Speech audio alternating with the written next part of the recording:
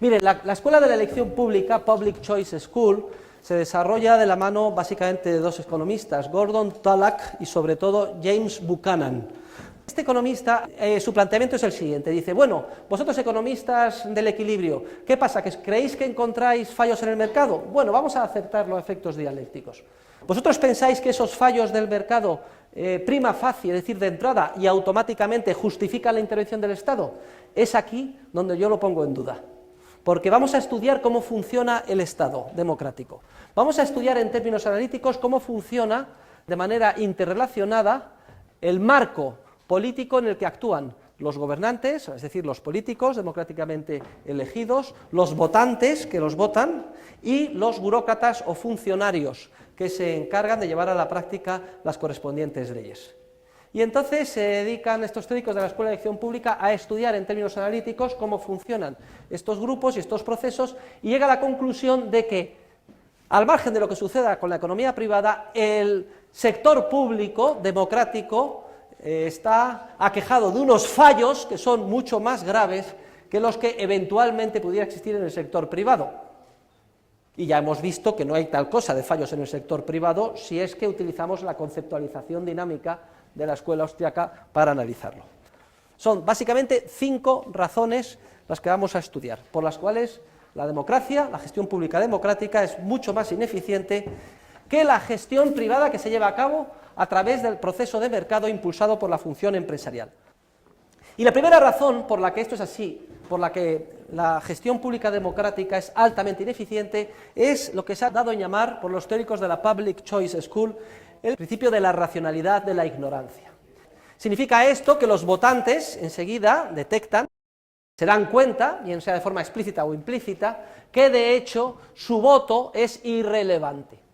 Y efectivamente, todos los que hemos votado en cierto sentido somos idiotas, porque si en las últimas elecciones ustedes no hubieran votado, o hubieran votado lo contrario de lo que votaron, el resultado habría sido exactamente el mismo. O expresado de otra manera, en una votación, unas elecciones generales en España, en la que votan a lo mejor 20 millones de personas o 25 millones de personas, la probabilidad de que tu voto sea el voto dirimente y haga que sean unos u otros los que ganen es 1 dividido entre 20 millones. Y 1 dividido entre 20 millones, para que se hagan ustedes una idea, es 200 veces más difícil que nos toque el gordo de la lotería en Navidad. O sea que es prácticamente irrelevante. Y ustedes podrán decir, ay, profesor, pues si todo el mundo hiciera lo mismo, entonces nadie votaría y no ganarían los de mi partido. Bueno, pues si eso piensan ustedes, hagan lo mismo, hagan campaña, vociferen, vayan con un altavoz por la calle, todo lo que ustedes quieran, pero el día de las elecciones quédense en su casa durmiendo, digan que han votado, y el resultado será el mismo. ¿Y esto qué efecto tiene? El hecho de que seamos conscientes de que es irrelevante nuestro voto. Pues tiene el hecho de que se produce un efecto de bien público, y es que no tiene interés para la inmensa mayoría de los votantes el votar con conocimiento de causa. Es absurdo. Votar con conocimiento de causa significa estudiarse a fondo los programas electorales, con todas sus implicaciones. Claro, esto lleva horas, tiempo y dinero. Entonces, si yo me empeño en votar con conocimiento de causa, asumo íntegramente el coste del esfuerzo que ello supone. Pero, sin embargo, el beneficio de que yo vote con conocimiento de causa queda diluido entre los millones de votantes. Acabamos de comentar que es irrelevante nuestro voto, que la probabilidad de que sea el voto dirimente es 1 entre 20 millones. Luego, entonces, una actividad en la que yo asumo todo el coste y el beneficio queda diluido entre 20 millones, ¿cuál es el resultado? Que a nadie le interesa votar con conocimiento de causa, estudiándose todos los aspectos, todas las implicaciones. Y entonces, ¿en base a qué votamos? Pues votamos en base a consideraciones de tipo emotivo, de tipo pasional, como cuando vamos al fútbol, quiero que gane el Real Madrid o el Barça y pierda el otro. Razones de tipo tribal, los buenos, los malos, y eso lo observamos en todas las campañas. El bajo nivel del debate que hay, lo rastreo de los argumentos, lo demagógico de las razones que dan unos y otros, los argumentos tabú que no se pueden sacar a relucir. En los debates televisivos, donde solo puedes hablar 30 segundos y todo depende de si me caen bien o me caen mal, y así sucesivamente. Se vota por razones a lo mejor viscerales, incluso, no, es que estos son los de Franco, no, es que esta es la izquierda, pero no por razones racionales, porque esto tiene un coste y el coste lo asume uno y no tiene ningún beneficio para uno porque es irrelevante nuestro voto. Y esto ya sesga negativamente la gestión pública democrática, en todas las democracias, incluso en aquellas que están más asentadas. Podrá haber diferencias de grado entre uno y otros países, pero están todas ellas aquejadas del mismo mal. Pero no solo hay este problema, sino que hay un segundo efecto que tiende a hacer todavía mucho más perniciosa la gestión pública democrática, que es el efecto perverso de los llamados grupos privilegiados de interés. Los grupos de interés son grupos relativamente pequeños de personas y de agentes que descubren que tienen un interés muy concreto, que si consiguen que el gobernante les apoye, les dé la subvención, la ayuda, etcétera, salen ganando muchísimo. Y el coste de esa subvención, ayuda o ese privilegio, sin embargo, queda diluido entre el resto de los millones de contribuyentes. Entonces, un grupo de interés, fíjense, sí que tiene un incentivo para movilizarse y presionar a los gobernantes, vendiendo su voto, porque sabe que consigue algo que tiene muchísimo valor y además con muchos visos de lograrlo, porque nadie se ocupa en defender a la mayoría silenciosa. El coste que tiene esa ayuda o privilegio queda diluido entre el resto de los millones de contribuyentes, a los que nadie se preocupa en defender. Siempre que se identifica un gran beneficio por parte de un grupo concreto, inmediatamente hay el incentivo para que se movilice en pos de presionar políticamente para lograr ese beneficio, y a costa, como es lógico, de los demás. Entonces, ¿en qué se convierte la democracia? Pues se convierte en una especie de merienda de negros. La mayor parte de los ciudadanos votan visceralmente y no les interesa porque tiene un coste muy alto y el voto es irrelevante, pero sí lo que hay es muchos grupúsculos que se movilizan para conseguir ventajas políticas. Y pueden ser de cualquiera, Y siempre se argumentará que es para el bien común o causas nobles, pero cualquiera, pueden ustedes coger cualquiera. Sean los agricultores, sean los mineros de UNOSA, sean las feministas, sean las maltratadas, sean las víctimas de la droga, los estudiantes universitarios, grupos privilegiados de interés, que todos los atrae el gobierno como si fuera un imán para conseguir ventajas a cambio de su voto. Luego, lo que estamos diciendo es que la democracia al final está, como si dijéramos, secuestrada por los grupos privilegiados de interés, en un entorno en el que nadie se preocupa de defender a las mayorías silenciosas, entre otras cosas porque si lo hiciera perdería las elecciones. Pero hay un tercer efecto muy importante que perturba y hace ineficiente la gestión pública democrática, que es el hecho de que la representación democrática no sea vinculante. Es decir, los políticos cada 4, 5, 6 años, según el sistema, nos prometen el oro y el moro, siempre identificando grupos o parcelas de interés para comprar votos. Pero luego, una vez que ganan las elecciones, pueden hacer lo que quieran, porque la representación no es vinculante. Es decir, no cabe, como en el sector privado, decir, oiga usted, señor Zapatero, señor Rajoy, señor Aznar o señor González, me prometió 800.000 puestos de trabajo y no lo ha cumplido, le llevo a los tribunales y le demando. No, señores, la representación no es vinculante. El político dirá que ha cambiado las circunstancias, que ha cambiado de opinión, etcétera, y hará lo que le da la gana, y usted no le puede reclamar nada. Y esto sin tener que hablar de que en muchos sistemas se vota a listas cerradas, como por ejemplo en el caso español, que no podemos elegir exactamente al diputado que queremos.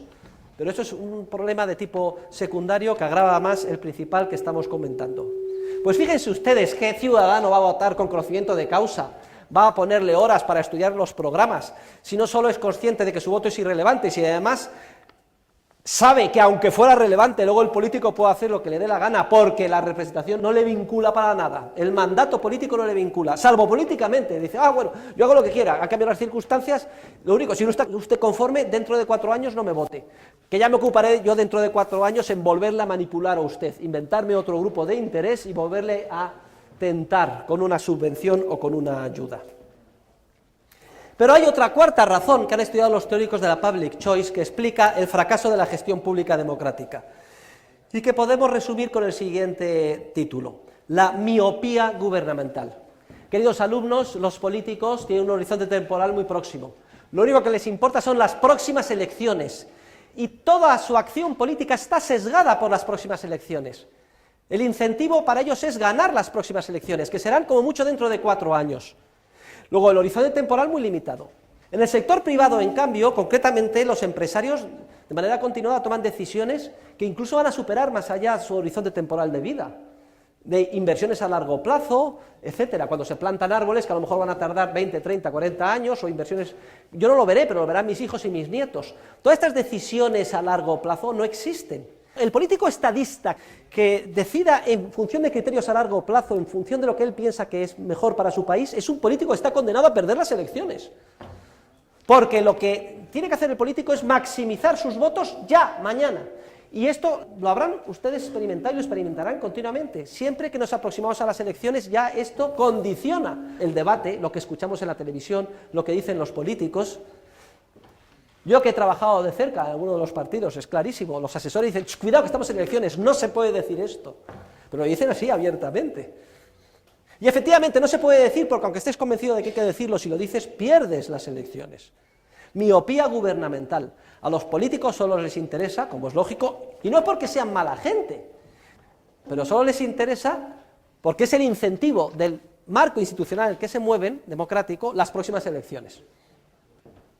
Y hay una quinta razón por la cual fracasa la gestión pública democrática, y esta hace ya referencia a la participación de los funcionarios o burócratas.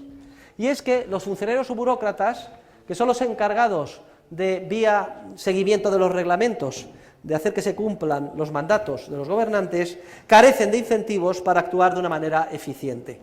No es que los funcionarios, los burócratas, sean mala gente, quieranlo ustedes creer o no, los funcionarios y burócratas son igual de buenos o de malos que ustedes y yo. Son personas, son seres humanos como ustedes y como yo.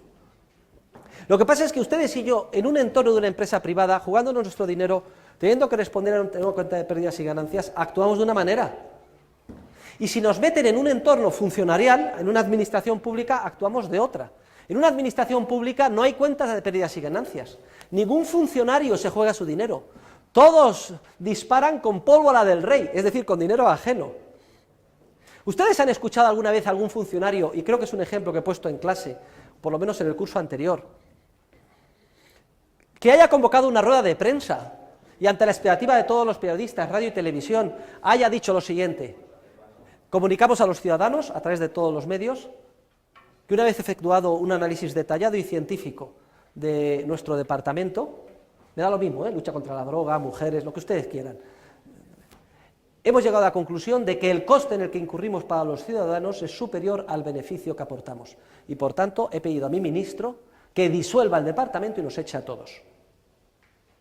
Nunca, ni en el pasado, ni en el presente, ni en el futuro se escuchará tal cosa procediendo de un funcionario.